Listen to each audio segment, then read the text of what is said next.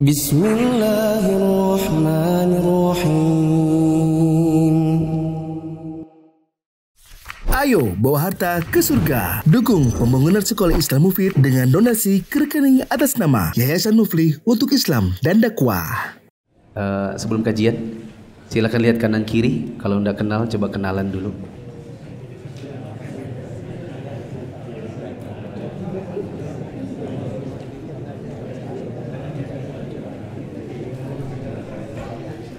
Oh iya, pada pertemuan bila tidak salah Kamis atau Jumat atau Sabtu 2 minggu yang lalu, saya sampaikan bahwa kajian kita terakhir adalah hari ini. Ini tanggal berapa ya? 17. Karena minggu depan saya ada undangan ke Tarakan Nunukan, kemudian minggu depannya lagi ke Nabire. Nah, minggu depannya lagi itu sudah H-2 atau 3 sebelum Ramadan. Sehingga saya targetkan malam ini adalah terakhir. Hanya saja kalau lihat sisanya, ini masih banyak banget.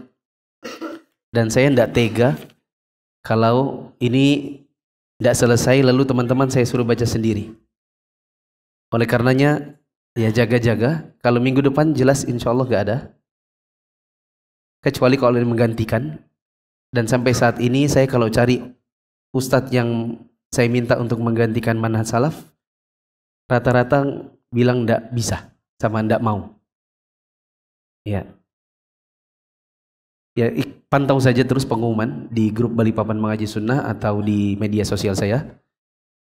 Kalau minggu depan ada yang bisa menggantikan, alhamdulillah. Kalau tidak ada, maka kemungkinan kajiannya baru ditamatkan tanggal 7, 8, 9 Maret. Kamis, Jumat, Sabtu yang terakhir. Karena ini cukup banyak. Dan aliran-aliran yang terakhir ini sangat-sangat penting untuk dipahami dan diketahui. Bismillahirrahmanirrahim. Assalamualaikum warahmatullahi wabarakatuh. Alhamdulillahi wa kafa wa salatu wassalamu ala rasulillahil mustafa wa ala alihi wa ashabihi wa man iktafa. Hadirin jamaah yang dirahmati Allah, kita lanjutkan kembali pembahasan mulia dengan manhaj salaf. Kamis dan Jumat kemarin kita sudah masuk dalam bab baru. Mungkin teman-teman yang baru datang di hari Sabtu melewatkan 2 bahasan. Silakan lihat bab ke-13, firqah-firqah sesat.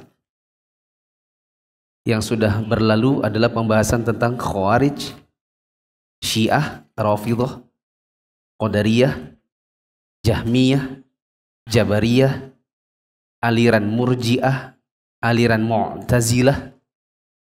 Yang sangat penting untuk teman-teman ketahui, aliran Asy'ariyah dan Maturidiyah, karena ini sangat banyak di Indonesia. Kemudian yang terakhir aliran Musyabbihah. Kita masuk dalam yang ke-11. Baik. Aliran ke-11 yaitu aliran falasifah.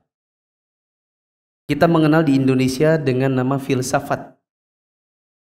Bahkan filsafat ini bisa jadi nama jurusan di universitas-universitas Islam.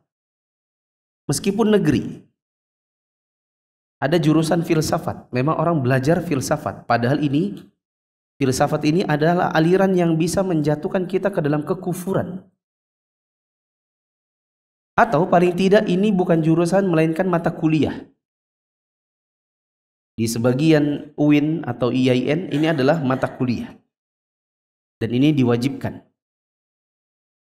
Sehingga sebagian teman-teman yang sudah mengerti akidah Ahlussunnah atau akidah salaf, mereka kalau kebetulan kuliahnya di kuliah Universitas Islam atau Institut Agama Islam, ketika masuk di jurusan atau di mata kuliah filsafat, mereka kadang-kadang bila punya cukup nyali, mereka akan bertengkar sama dosennya sendiri.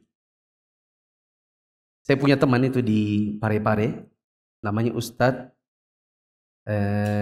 Sastra, Ardiwi Sastra.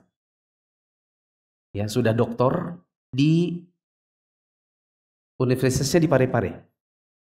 Saya tanya, waktu antum kuliah filsafat bagaimana? Dia bilang, saya yang paling setengkar, hampir setiap dari pertemuan mata kuliah filsafat saya harus bertengkar sama dosen. Antum tidak takut dikasih nilai jelek? Iya. Tidak tahu kenapa nilai saya justru yang paling bagus. Ya. Karena konsekuensi dari filsafat adalah harus berani menerima pendapat orang. Karena kan agama ini relatif kalau di filsafat. Coba kita baca.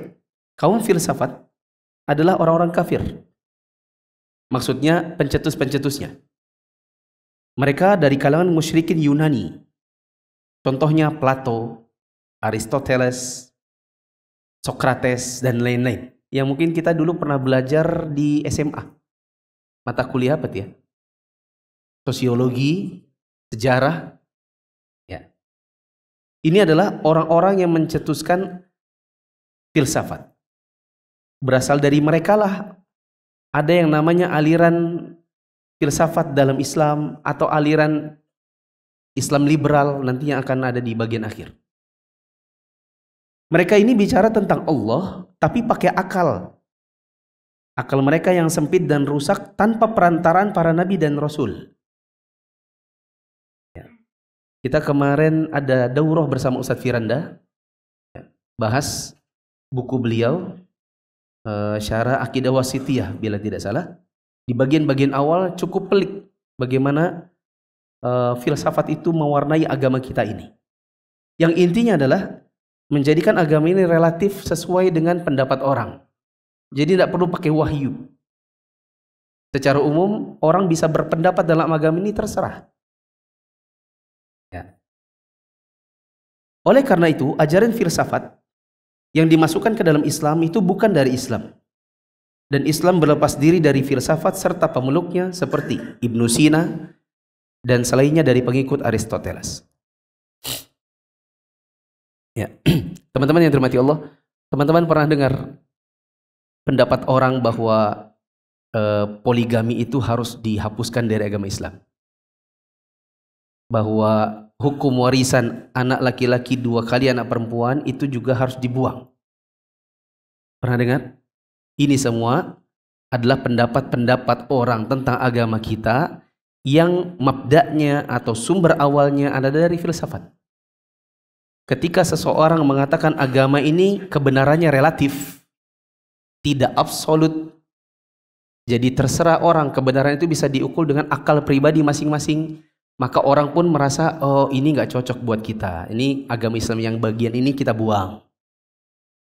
Sementara agama kita ini namanya Islam, dan Islam ini membutuhkan kita untuk tunduk dengan apa yang ada pada wahyu, yaitu Al-Quran dan Sunnah.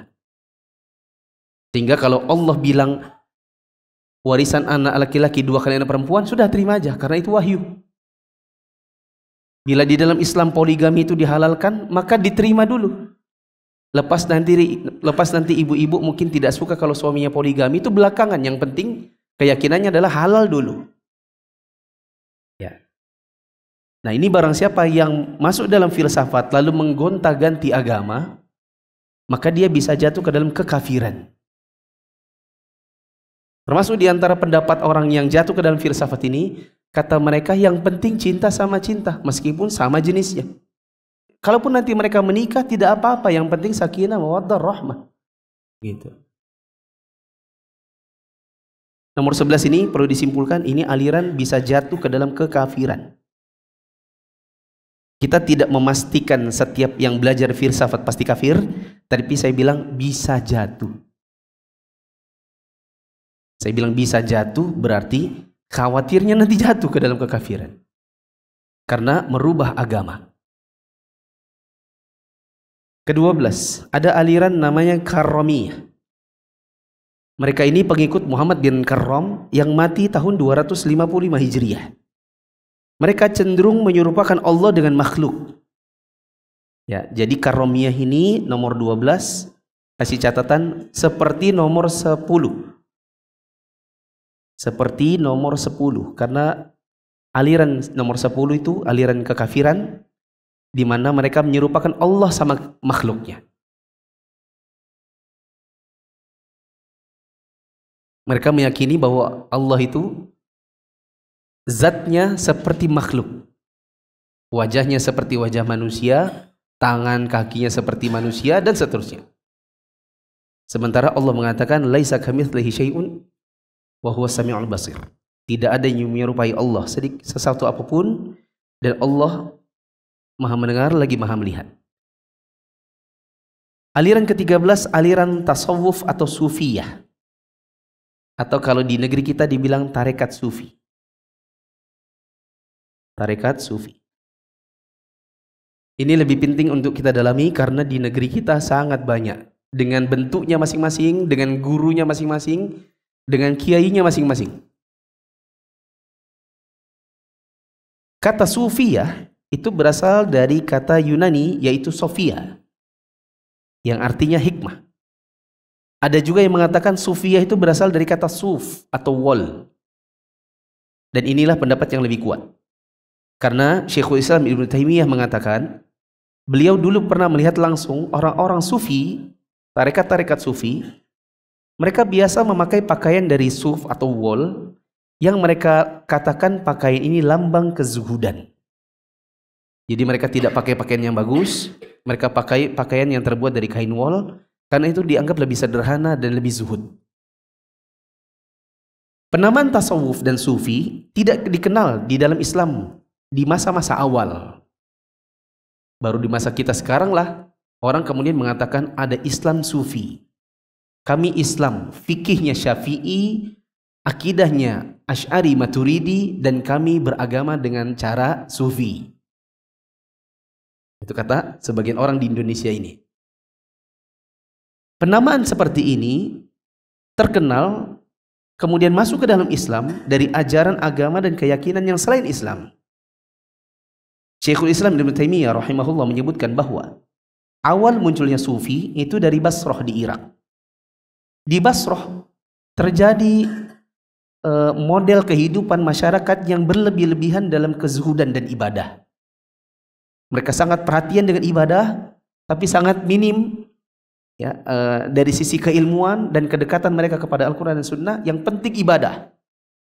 Dan mereka sangat zuhud sehingga tidak terlalu merasa penting dengan dunia.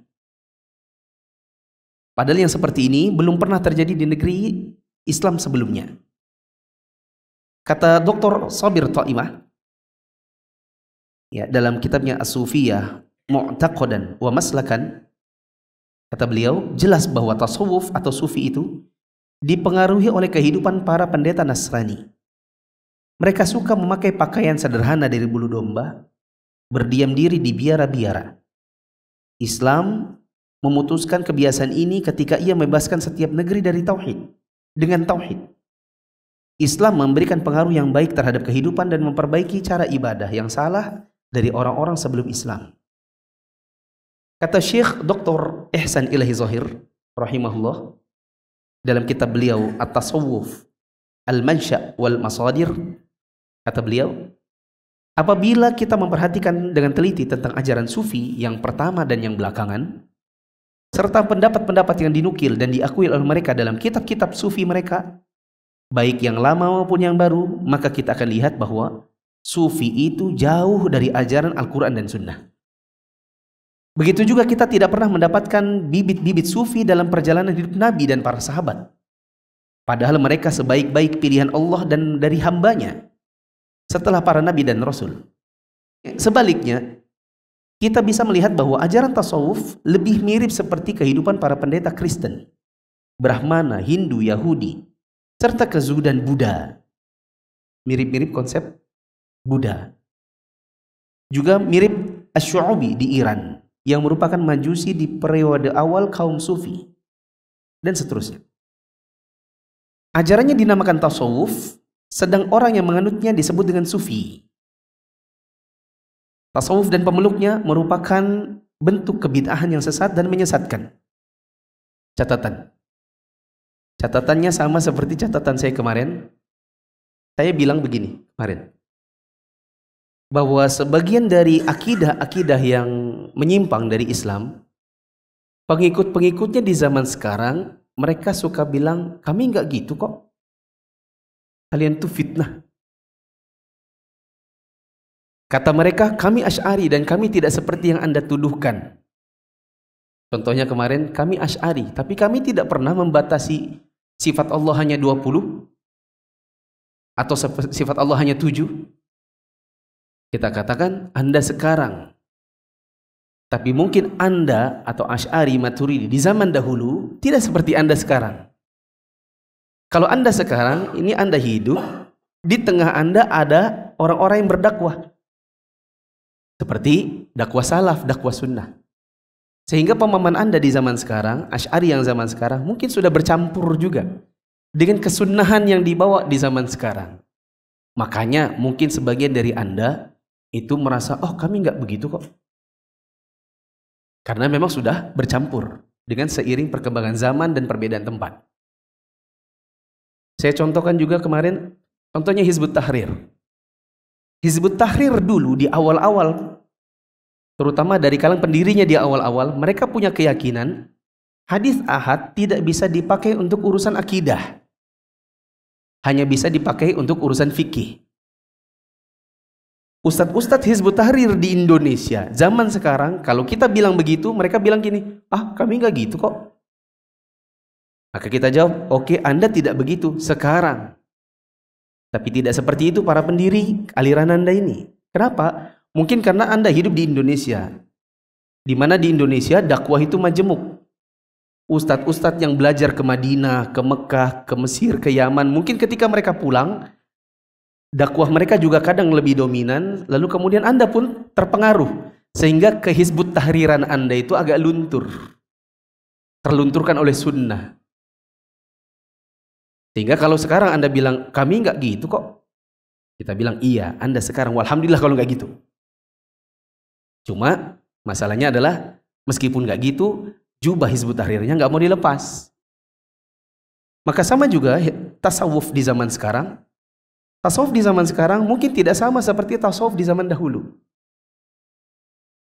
Beberapa tahun lalu saya pernah bikin video pendek yang saya potong dari kajian Mulia Manhaj Salaf di Nasai. Saya beri judul di YouTube dan di Facebook saya beri judul Ketemu Sufi Gendeng. Itu komentarnya paling banyak di YouTube adalah komentar, Om, Mas, Wahabi, belajar dulu Sufi itu apa, baru komentar. Saya memaklumi kenapa mereka berkomentar demikian, karena mereka merasa bahwa apa yang saya sebutkan tidak sama dengan keyakinan mereka. Dan saya bilang alasannya ada dua. Satu, tasawuf di Indonesia ini macam-macam. Tarekatnya itu macam-macam. Yang saya sebutkan tentang ini, yang tersindir sebelah situ. Yang kedua, di Indonesia ini dakwah sunnah sudah sangat merebak. Bisa jadi orang-orang yang tarekat sufi di Indonesia juga sudah terpengaruh kesunnahan. Sehingga kesufian aslinya luntur. Makanya kemudian berkata, ah kami nggak gitu kok. Yang saya ceritakan di video itu begini. Saya dulu pernah, waktu SMP, di pondok saya lagi belajar. Karena mau ujian. Belajarnya di masjid. Ketika saya dengan beberapa teman sedang duduk-duduk di masjid lagi belajar, tiba-tiba datang orang.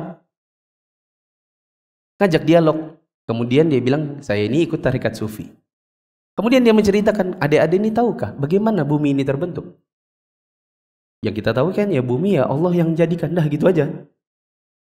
Versi dia, jadi dulu ada dua cahaya, namanya Nur Allah sama Nur Muhammad. Nur Allah sama Nur Muhammad ini janjian, yuk kita main sembunyi-sembunyian. Siapa yang cari dan yang dicari ini tidak ketemu, berarti yang dicari ini berarti dia yang Tuhan. Paham nggak? Pusing? Pusing oh ya. Oke, sama pusingnya waktu saya pertama kali dengar dia. Ya. Maksudnya gini, ini sembunyi-sembunyian. Kalau di Balikpapan kan kalau dapat gitu ngomongnya apa? Tewa, ya kan? Nah, siapa yang ditewa berarti dia bukan Tuhan. Siapa yang tidak tewa, tidak ketemu, nggak didapat, berarti dia yang Tuhan. Sembunyilah Nur Muhammad, cahaya Muhammad. Nur Allah cari, ketemu, tewa. Berarti kamu bukan? Berarti kamu bukan Tuhan. Gantian. Nur Allah yang sembunyi, Nur Muhammad cari. Cari, tidak ketemu. Katanya Nur Muhammad, ya sudah Nur Allah, keluarlah kamu, saya nggak bisa dapat. Keluarlah Nur Allah dari dirinya Nur Muhammad. Begitu. Jadi keluarlah Allah. Hei Muhammad, berarti saya yang Tuhan. Katanya cahaya Allah. Muhammad akhirnya menangis. Dia berpikir selama ini dia adalah Tuhan. Dia menangis, maka tetesan air matanya itu jadi matahari, bumi, Merkurius, Uranus, Saturnus, Jupiter, Pluto. Nah, itu. Jadi adik-adik, planet-planet itu terbentuk dari air matanya cahaya Muhammad. Percaya? Yang jelas tidak ada dalilnya. Nah, saya bilang, saya ketemu sufi gendeng kayak gitu. Ya, lalu kemudian komentarnya, kami nggak gitu kok. Udah usah dipikirkan, ya. Nanti jadi gendeng. Ajaran ini dinamakan tasawuf, sedangkan orangnya namanya sufi. Tasawuf dan pemeluknya termasuk ahlul bid'ah yang sesat dan menyesatkan. Kenapa? Nanti ada bentuk-bentuk kesesatannya. Kata Imam Syafi'i, ini paling penting. Highlight kata-kata Imam Syafi'i. Karena orang di Indonesia, seperti saya bilang tadi, mereka suka mengklaim agama kami Islam. Akidah kami Asy'ariyah, Maturidiyah. Fikih kami Syafi'iyah. Kehidupan kami tarekat Sufiyah. Padahal Imam Syafi'i bilang apa ya? Imam Syafi'i berkata, kalau orang belajar tasawuf pagi hari, maka di waktu siang dia jadi orang dungu. Karena orang dengan gampangnya mengklaim kami ibadahnya, fikihnya kami Syafi'i, tarekatnya Sufi. Duh, Imam Syafi'i bilang, siapa yang belajar tasawuf pagi hari, nanti siangnya jadi dungu. Ini kata Imam Syafi'i. Penyimpangan dalam tasawuf ini sangat banyak sekali. Mari kita ambil, tapi beberapa saja, tidak semua. Nomor satu saya skip. Alasan saya skip, karena nomor satu ini bisa jadi orang di zaman sekarang berkata, kami nggak gitu kok. Gitu. Jadi nomor satu saya lewatin saja. Nomor dua, ini nggak mungkin enggak. Banyak tarekat-tarekat sufi menjadikan kubur-kubur wali dan orang-orang soleh sebagai tempat ibadah. Betul atau tidak? Dan ini memang terjadi, wakil. Di negeri kita, di Yaman, di Mesir, banyak kuburan-kuburan yang diklaim sebagai kuburnya orang soleh, kuburnya wali, lalu kemudian orang datang ke sana mencari rezeki, baca Quran, dan lain-lain. Padahal Nabi SAW di akhir-akhir hayatnya, beliau pernah berdoa, Allahumma la taja'al qabri wathanan yu'bad.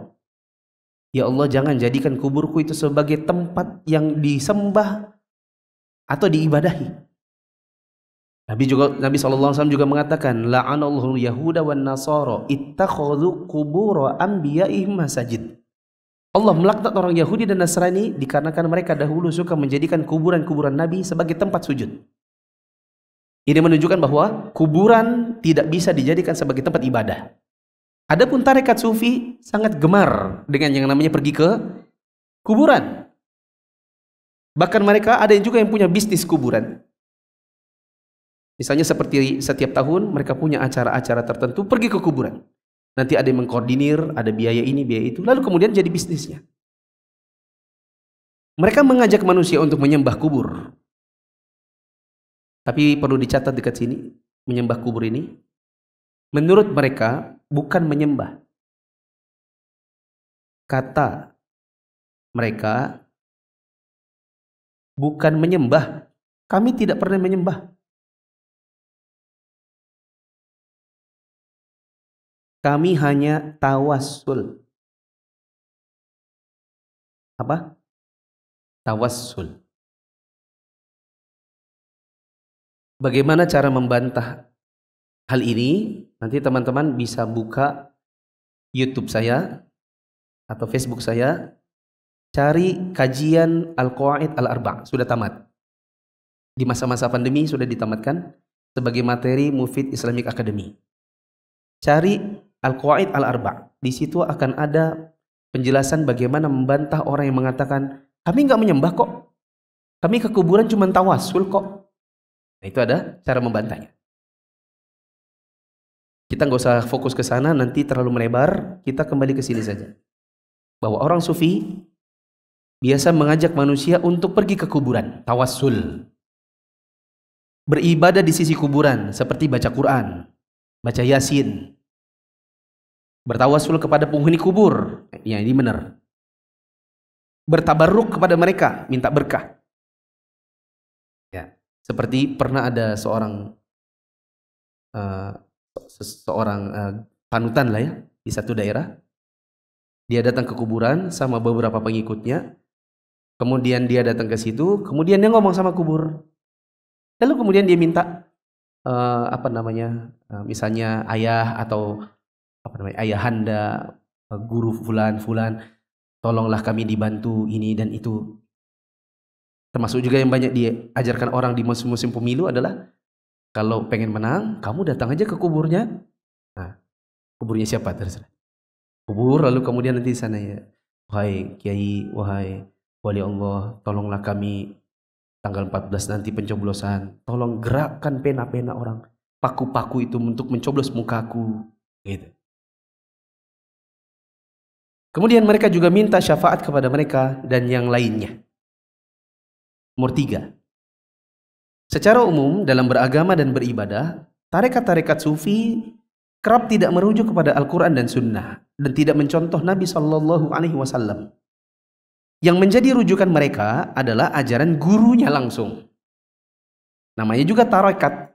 Dan kadang-kadang teman-teman, nama-nama tarekat ini nama-nama pencetusnya. Anggap saja saya ini pengajar tarekat baru. Nanti saya namakan tarekat muflihiyah. Gitu. Nanti antum dinamakan muflihiyun. Gitu.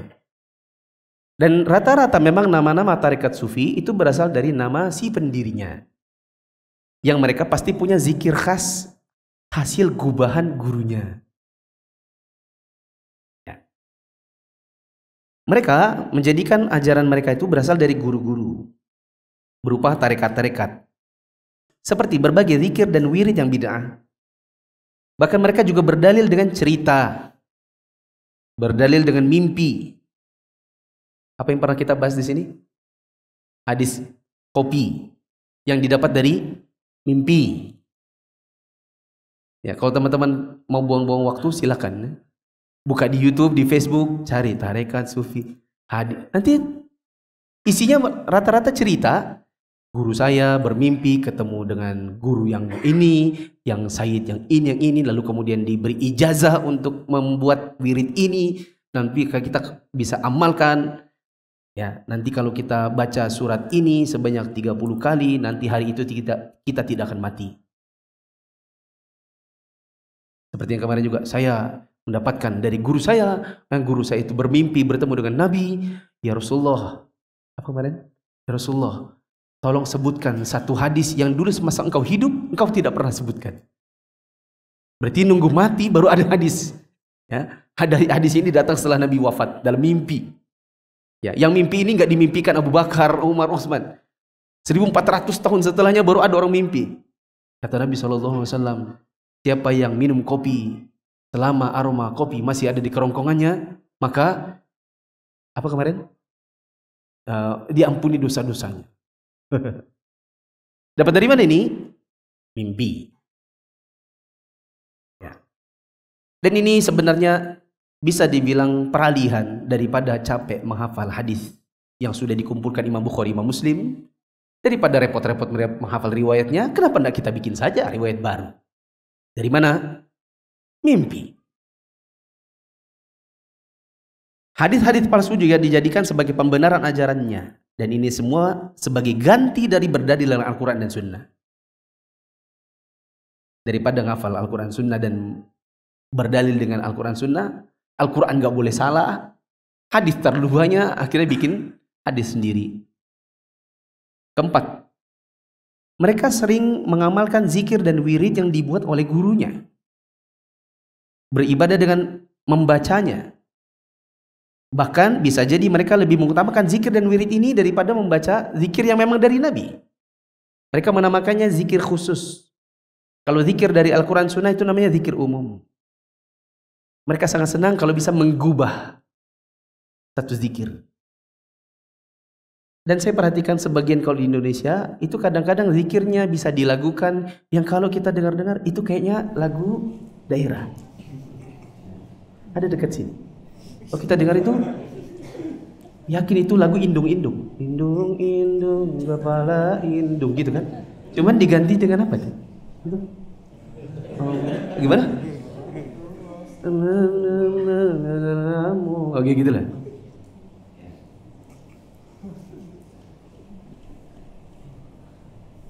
Belum lagi nanti ada itu sudah itu ya. Ada zikir yang bagus. Yang kalau kita dengar ini kalau suaranya bagus ya enak memang. Gini. Allahumma sholli gitu kan. Ala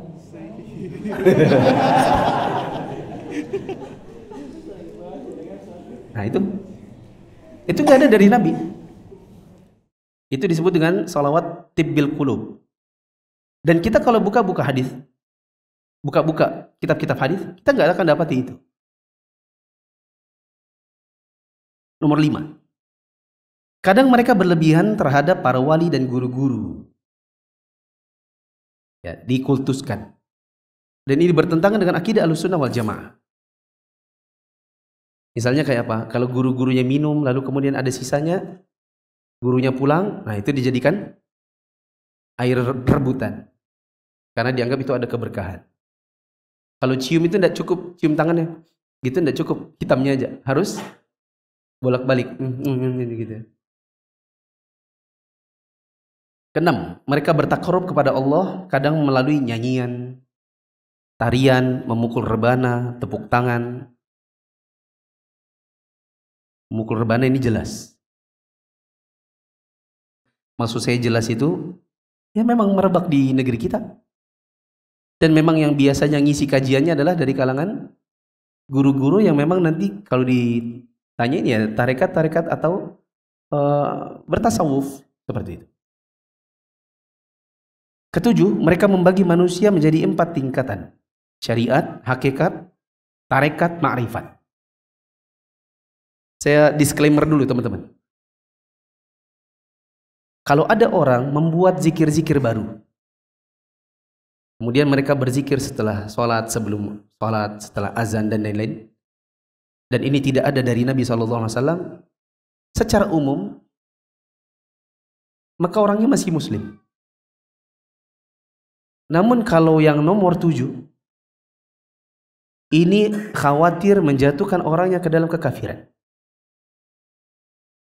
Saya tidak berani mengklaim semua tarekat sufi seperti ini, tapi tarekat sufi yang seperti ini ada gitu. Yang mereka membagi manusia menjadi syariat, tarekat, hakikat, ma'rifat. Kalau baru sampai syariat, maka Anda memang harus sholat. Itu memang Anda ini kan masih syariat. Ya, jadi maklum kalau masih puasa Ramadan. Masih Jumatan ke masjid tuh ya. Soalnya syariat. Nanti pada tingkatan-tingkatan tertentu, pada makom-makom tertentu, setelah zikir-zikir tertentu, baru kemudian naik tingkat. Jadi tarekat. Dengan ibadah tertentu naik tingkat jadi hakikat. Nanti naik tingkat lagi jadi ma'rifat. Pada level ma'rifat banyak syariat yang tidak perlu lagi dikerjakan. Dan ini yang kita dapati memang di negeri kita banyak orang yang meyakini tidak perlu sholat. Bahkan sebagian dari mereka yang mengatakan kami sholat Jumat tapi di Mekah. Orangnya di mana? Di kamar. Mana guru anu? Ada dia kamar. Dan tidak sholat Jumat kah? Oh dia sholat Jumat di Mekah. Loh orangnya di Indonesia. Ya itu kan badannya aja. Beliau itu sudah sampai ma'rifatnya. Beliau itu kalau sholat gini aja. Itu sudah sholat. Menurut mereka, apabila seseorang mencapai derajat ma'rifat, maka orang itu bisa bebas dari kewajiban syariat dan tidak perlu lagi sholat, tidak perlu puasa, tidak perlu lagi menjauhi larangan seperti zina, khamr dan lain-lain. Saya pernah dialog intinya sama seorang teman, yang teman ini baru pulang dari kampungnya. Dia dapati sehari-hari bapaknya kalau tidak pernah ke masjid, dan dia kalau pulang dari masjid tidak dapati bapaknya baru sholat. Lama-kelamaan akhirnya dia tanya, "Bapak ini kok tidak pernah sholat?" Bapaknya bilang, "Soalnya Bapak sudah makrifat. Sedangkan kalau kamu kan memang masih syariat, jadi memang kamu harus ke masjid." 8. Membuat-buat dan menetapkan berbagai macam ibadah seperti sholat khusus, zikir khusus, yang semuanya tidak ada asal-usulnya dalam agama Islam. Ya, kita mengenal sholat-sholat wajib, lalu ada sholat-sholat sunnah yang sesuai dengan ajaran Nabi. Di sebagian tarekat sufi, mereka punya sholat tertentu dan zikir tertentu, yang itu berasal dari karangan atau gubahan guru-guru mereka, atau berasalkan dari hadis-hadis yang tidak sahih. 9. Mereka senang berzikir berjamaah dengan suara keras, dengan satu suara. Dulu kan masih ada tuh TV yang siarannya itu zikir berjamaah. Di satu masjid semuanya pakai putih-putih. Betul? Nanti kalau sudah silakan yang bawa telur, yang bawa ayam, nanti penyakitnya dipindahkan. Setelah zikir nanti diobatin, penyakitnya dipindahkan ke ayam, pindah ke telur. Udah pernah nonton? Ya sudah. Ya. Ke-10, mereka punya zikir seperti Allah, Allah, Allah, Allah. Pada level tertentu zikirnya hanya huwa, huwa, huwa, huwa, atau hu. Kalau teman-teman pengen buktikan ini, ya buka YouTube, banyak tarekat sufi, zikirnya modelnya macam-macam. Ya, ada yang diginikan sama gurunya, dihentak tangannya, tak, nanti dia akan lompat-lompat kayak orang gila. Pernah lihat? Nah, itu kan tarekat sufi. Ke-11, adanya bayat. Sementara bayat itu tidak ada kecuali pada pemimpin, tidak ada pada thariqat. Ke-12, ghulu kepada guru-guru, sampai kadang-kadang menyembah guru yang sudah mati. Tadi saya sudah bilang, kadang mereka tidak mau dibilang menyembah, mereka maunya dibilang apa? Tawassul. Ke-13, mereka mengatakan adanya ilmu batin, ada ilmu lahir. Dan menurut mereka, ilmu yang mereka dapatkan itu langsung dari Allah. Kadang lewat malaikat Jibril, kadang melalui Nabi Khidir. Ya, tadi malam saya ngobrol sama Nabi Khidir di kamar. Ada Nabi Khidir tadi malam datang kamar saya. Ada dai Jakarta, tidak usah sebut namanya. Dia pernah bilang, saya itu kalau saya lagi mampir di lampu merah berhenti, itu bukan karena lampu merah, karena Nabi Muhammad ngomong sama saya, Tur, jangan dilawan ya, stop. Tahu ya siapa maksudnya? Lanjut. Saya tadi bukan keceplosan ya, memang saya spill. Saya bukan keceplosan, saya memang spill. Ya. Kemudian ke-14, kalangan ekstrim mereka. Kalangan ekstrim berarti tidak semua. Kalangan ekstrim dari kalangan sufi menyatakan bahwa Allah itu menitis pada makhluk dan meyakini Allah itu makhluk, makhluk itu Allah, yang disebut dengan reinkarnasi. Teman-teman boleh catat satu nama di dekat situ, di dekat nomor 14. Namanya Ibnu Arabi tanpa L. Ibnu Arabi, bukan Ibnul. Kalau Ibnul pakai L, alif lam, itu ulama ahlu sunnah. Kalau yang tanpa L namanya Ibnu Arabi, ini adalah pencetus aliran namanya Wahdatul Wujud atau Wahdatul Wujud. Kalau versi bahasa Jawa, manunggal ing kaulo ulo lan Gusti. Pernah dengar? Siapa orang Jawa? Orang Jawa harusnya tahu. Manunggal ing kulo lan Gusti. Nyatunya saya sebagai hamba dengan Gusti Allah. Itu artinya Allah itu menitis pada hamba. Ibnu Arabi ini mencetuskan aliran tersebut dan mengajarkan kepada murid-muridnya. Suatu hari dia jalan sama muridnya, melewati seonggok bangkai anjing. Maka muridnya tanya, Syekh, apakah kalau Allah mengentis pada hamba, berarti Allah juga bangkai anjing? Konsekuensi dari keyakinannya berarti, iya. Iya. Berarti Allah itu juga bangkai anjing? Iya. Lari langsung muridnya sambil berteriak, asyhadu an la ilaha illallah, asyhadu anna muhammadar rasulullah. Bangkai, najis, anjing lagi. Ya. Nah, ini najis kuadrat kan? Sudah anjing, bangkai lagi. Maka dia merasa bahwa gurunya ini memiliki keyakinan kufur. Bagaimana Allah menitis pada najis? Jadi Allah itu najis. Lari muridnya sambil bersyahadat ulang. Karena merasa bahwa dia selama ini jatuh ke dalam kekafiran. Dan aliran manunggal ing kaulolan Gusti atau aliran wahdatul wujud ya. Ini termasuk diantara, kalau kita sandarkan pada Islam, ini termasuk aliran kekafiran. Disebutkan di sini ada beberapa tarekat sufi yang terkenal, diantaranya Rifa'iyah, ada Syadziliyah, ada Qadiriyah, Tijaniyah, ada Sarawardiyah, ada Jistiyah. Di Indonesia antum bisa searching, ada banyak ya orang-orang yang mereka masuk ke dalam tarekat-tarekat sufi. Yang intinya sebagian dari ciri-ciri ini ada pada sebagian tarekat, tidak ada pada sebagian tarekat yang lain. Sementara tarekat yang lain punya ciri-ciri yang lain lagi yang tidak didapatkan pada tarekat yang satu lagi. Karena tarekat sufi itu terlalu banyak. Tapi inti dari semuanya adalah jauhnya mereka dari Al-Quran dan Sunnah. Wallahu a'lam bishawab. Sekarang nomor 14, jamaah tabligh. Jamaah tabligh atau di Indonesia disingkat dengan nama JT. Ada juga yang suka menamakan dengan nama JK, jamaah kompor. Karena ada kebiasaan suka khurus di masjid-masjid sambil bawa kompor.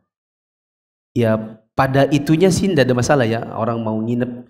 Kita kan juga kalau bulan Ramadan iktikaf kadang-kadang misalnya bawa kompor buat masak mie, buat masak apa. Ya, ini kan di sini masjid ada kompor juga di situ. Miyah. Ya. Untuk urusan kompor tidak ada masalah. Cuman masalahnya adalah khuruj ini ada enggak dalam as-sunnah? Nanti akan dibahas. Pendiri JT namanya Muhammad Ilyas Al-Kandahlawi Ad-Deobandi Al-Jisti. Salah satu dari ciri jamaah tabligh adalah tabligh berjamaah atau tabligh jama'i yang disebut dengan khuruj. Apa namanya? Khuruj.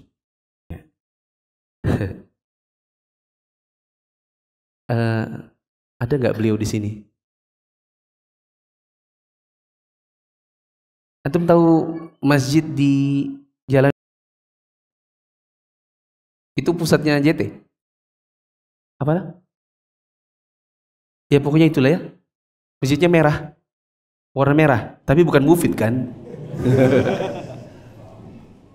Di jalan itu dibangun oleh bapak beliau, ikhwan di sini yang rumahnya di sini. Kemudian akhirnya ya memang dulunya kata beliau, kami dulu memang keluarga JT. Bapak kami ini adalah donatur terbesar mungkin yang bangun masjid 3 lantai itu. Ya, lalu kemudian saya mulai ikut sampai ke India. Saya sudah ikut ke India, cuman ada yang menjadi tanda tanya gitu. Di masjid ini kok ada kuburannya, terus kok kita ini sholat di kuburan gini nggak ini kah? Nggak, ini boleh aja kah? Gitu. Sampai akhirnya ketemu kajian-kajian sunnah, lama-kelamaan akhirnya saya undur diri. Tapi kita tidak mungkin Ustaz ambil lagi masjidnya. Karena itu sudah oke lah, sudah dikuasai di sana.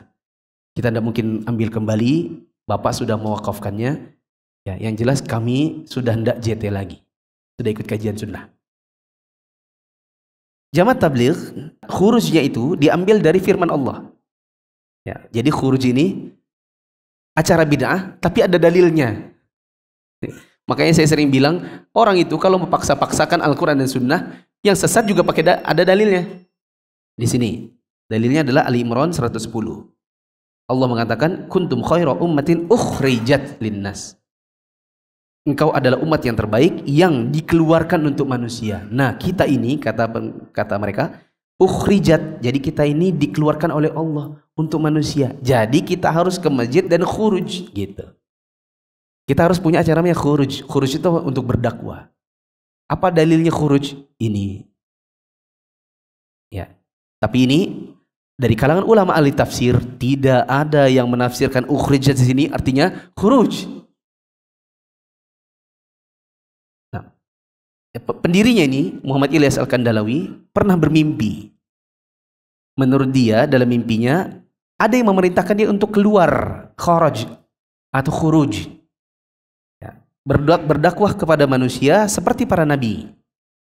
Tidak diragukan lagi bahwa menurut ahli tafsir, bahwa tafsirnya Muhammad bin Ilyas Al-Kandalawi ini adalah cara yang sangat batil. Karena ini menggabungkan cara-cara sufi. Cuma di sini nggak disebutkan ya. Saya pernah baca risalah kecil yang dikirimkan kepada pendiri JT. Kata beliau, kalian mengklaim bahwa Jamaah Tabligh ini dibangun di atas 4 tarekat sufi. Qadariyah, Jistiyah, Sarawardiyah, Naqsyabandiyah. 4 tarekat sufi. Tahu Naqsyabandiyah di Indonesia ada? Antum pernah dengar kalau Idul Fitri suka ada yang lebaran duluan, rambutnya kuning-kuning itu? Nah, JT ini terbangun di atas 4 tarekat sufi digabung jadi satu. Ya. Azan dulu deh.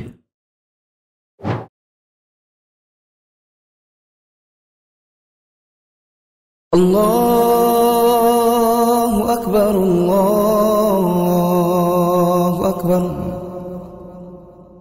Allahu Akbar, Allahu Akbar. Asyhadu an la ilaha illallah.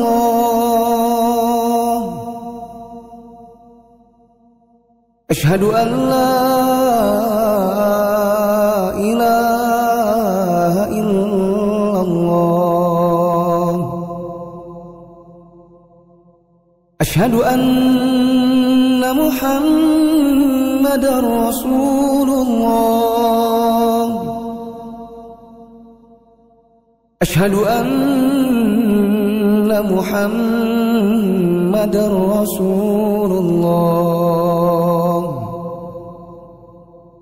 Hayya 'alas salah.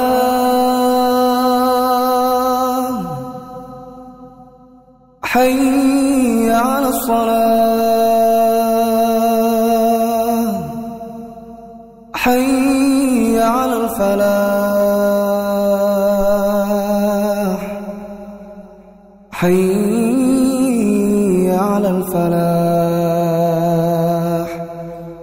Allahu Akbar, Allahu Akbar. La ilaha illallah.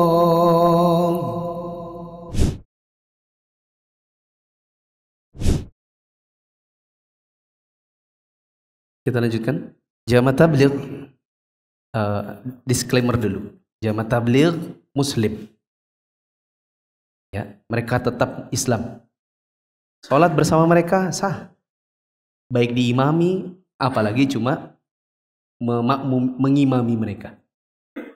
Mereka tetap saudara sesama Muslim. Hanya saja dalam beberapa masalah mereka ini tidak sesuai dengan akidah Ahlussunnah wal Jamaah. Jamaah Tabligh membiarkan orang berbuat syirik, menyekutukan Allah. Seperti yang saya bilang tadi, ada ikhwan yang di sini adalah anak pembesarnya di sini ikut ke India, khuruj ke sana. Karena mereka itu memang khuruj itu ada tingkatan-tingkatan. Ada nisabnya namanya. Ya, dalam 40 hari harus ada 3 hari. Dalam 1 tahun harus ada 40 hari. Nanti yang paling tinggi adalah khuruj ke India. Bahkan sebagian Jamaah Tabligh yang ekstrim, sebagian, tidak semua. Sebagian ekstrim mereka menganggap kumpulnya mereka khuruj di India lebih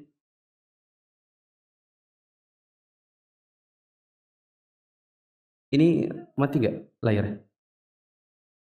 Lanjut ya. Sebagian dari mereka yang ekstrim menganggap bahwa kumpulnya kaum muslimin di antara mereka ke India lebih utama daripada kumpul di masa haji. Ya. Meskipun tidak semua, karena seperti yang saya bilang di awal, kadang akidah mereka itu ada pergeseran, beda masa, beda tempat, itu kadang mereka sudah tidak meyakininya lagi. Makanya mereka ada kata-kata, kami nggak gitu kok. Ya. Mereka sangat benci dengan Imam Ahlus-Sunnah seperti Syekhul Islam Ibnu Taimiyah, Ibnu Qayyim, Muhammad bin Abdul Wahhab. Saat seorang pemimpin dari mereka pernah berkata, seandainya aku punya kuasa, maka aku akan bakar kitab-kitab Ibnu Taimiyah, Ibnu Qayyim, dan Ibnu Abdul Wahhab. Dan aku tidak akan meninggalkan sedikit pun juga kitab-kitab mereka di muka bumi. Di antara pendapat yang salah dari JT ini, kita ambil beberapa saja. Satu, mereka punya namanya usul sittah. Usul sittah itu artinya punya prinsip keyakinan jumlahnya 6. Yang pertama namanya kalimah thayyibah. Maksudnya adalah syahadat. Tetapi syahadat mereka, tauhid mereka hanya pada sebatas rububiyah. Nah, nanti teman-teman bertanya lagi, rububiyah itu apa? Waduh, kita sudah tidak bisa balik lagi. Karena pembahasan ini sudah lewat setahun kemarin, 2 tahun kemarin, udah berulang kali. Kalau teman-teman ada yang lepas dari kajian ini sedari awal, silakan melihat rekaman kajiannya di YouTube dan Facebook Mulvisa Fitra Official. Insya Allah ada. Ya. Kesalahan mereka adalah tauhid mereka pada rububiyah saja. Mereka tidak paham dengan yang namanya uluhiyah, apalagi asma wa sifat.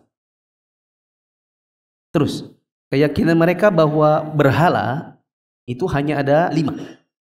Yaitu urusan pekerjaan duniawi, kemudian karib kerabat, kemudian diri sendiri, nafsun ammaratun bisu, kemudian hawa nafsu, kemudian syaitan.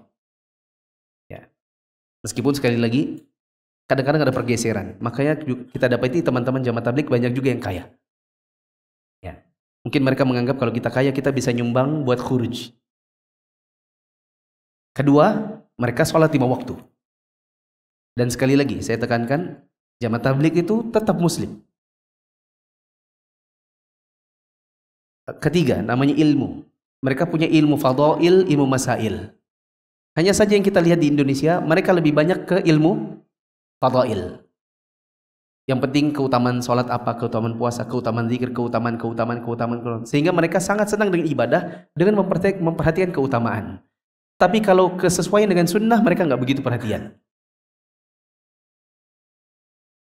Saya pernah ngisi di jadwal saya, memang ini lagi ada khuruj. Ya, saya bilang, ini lagi khuruj ya? Kok wajah-wajah? Iya Ustaz, lagi ada khuruj. Oh diizinkan? Ustaz, ketua DKM mengizinkan. Oke, nggak apa-apa. Semoga mereka dapat hidayah. Saya duduk, buka kitab tentang tauhid, pembatal keislaman. Ya, saya jelaskan, buat yang memang sudah kajian sunnah, iya, sambil buka halaman sekian. Adapun mereka pegang buku itu gini.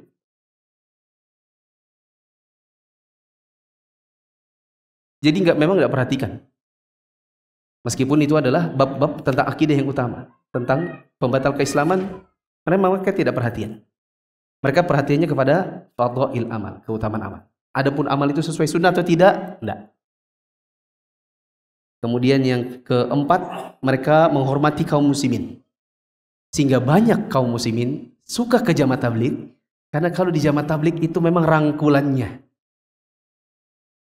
Mereka itu kalau ada yang mengatakan mereka itu kalau makan bareng kayak keluarga. Memang suka senampan gitu. Makan bareng satu nampan. Oh di kita ini kan jarang. Meskipun bilang kita ini salafi, Ahlussunnah, suka sunnah. Kita kan kalau makan itu maunya sendiri-sendiri. Jarang mau makan gini. Bahkan ada yang bilang saya jijik. Nah, kalau mereka ngerangkul memang bagus. Ya. Tapi itu bukan tolak ukur benar atau tidaknya akidah. Itu cuma sekedar akhlak adab. Tolak ukur akidah itu pada tauhid dan kesesuaian dengan sunnah. Dan jamaah tabligh menyimpang dari ini. Kemudian yang kelima, mereka mengikhlaskan niat jauh dari riya dan sum'ah menurut mereka. Ya. Yang keenam, ini yang terakhir, adalah khuruj. Mereka senang dengan yang namanya khuruj, yaitu kalau di Indonesia prakteknya adalah nginep di masjid. Kalau cuma di Indonesia rata-rata 3 hari. 3 hari pindah-pindah masjid. Apa yang mereka lakukan? Nginap, lalu kemudian nanti keliling-keliling komplek. Ketok-ketok. Ketok-ketok. Assalamualaikum, kami mau berdakwah. Ternyata yang diketok orang Nasrani. Ada salah satu orang JT terkenal di UGM. Ya. Sering ikut kajian sunnah, tapi dia tetap JT. Pernah suatu siang, dia datangi tempat orang pacaran. Dia bilang, mas, mbak, ini pacaran haram. Sana pergi ke masjid. Waktunya sholat, ayo. Sorry pak, Nasrani. Ya kadang mereka ketok ke rumah-rumah orang. Itu dia masalahnya. Kadang orang nggak pas untuk didatangi. Ya, oke lah kalau mental ini dari sini oke. Tapi balik lagi itu bukan tolak ukur kebenaran akidah. Sedikit lagi ya. Kedua, mereka manhajnya tasawuf. Ketiga, guru-guru mereka dibaiat dengan 4 tarekat sufiyah, yaitu Naqsabandiyah, Qadiriyah, Jistiyah, Sarawardiyah. Kemudian yang keenam, langsung lompat ke 6, mereka itu kadang berdakwah tanpa ilmu. Dan ini sangat nyata pada JT-JT di Indonesia terutama. Yang baru taubat dari pasar, dari preman, suruh maju, lalu kemudian suruh ceramah. Paling tidak kalaupun tidak ceramah, baca buku Fadhil Amal. Sementara dia tidak tahu Fadhil Amal itu banyak hadis palsunya.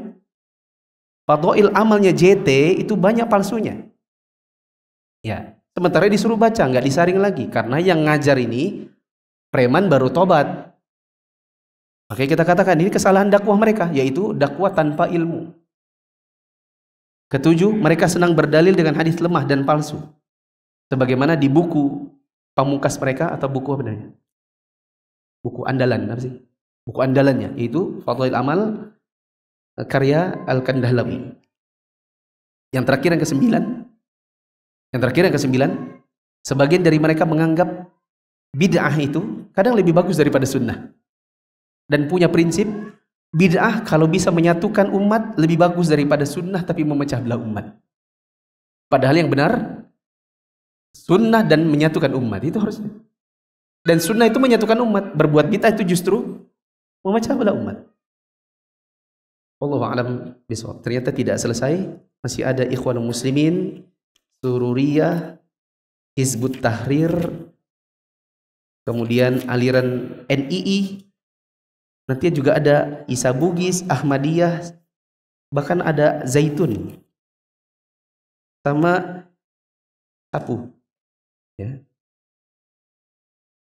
Subhanakallahumma wa bihamdika asyhadu an la ilaha illa anta astaghfiruka wa atubu ilaik. Wassalamualaikum warahmatullahi wabarakatuh.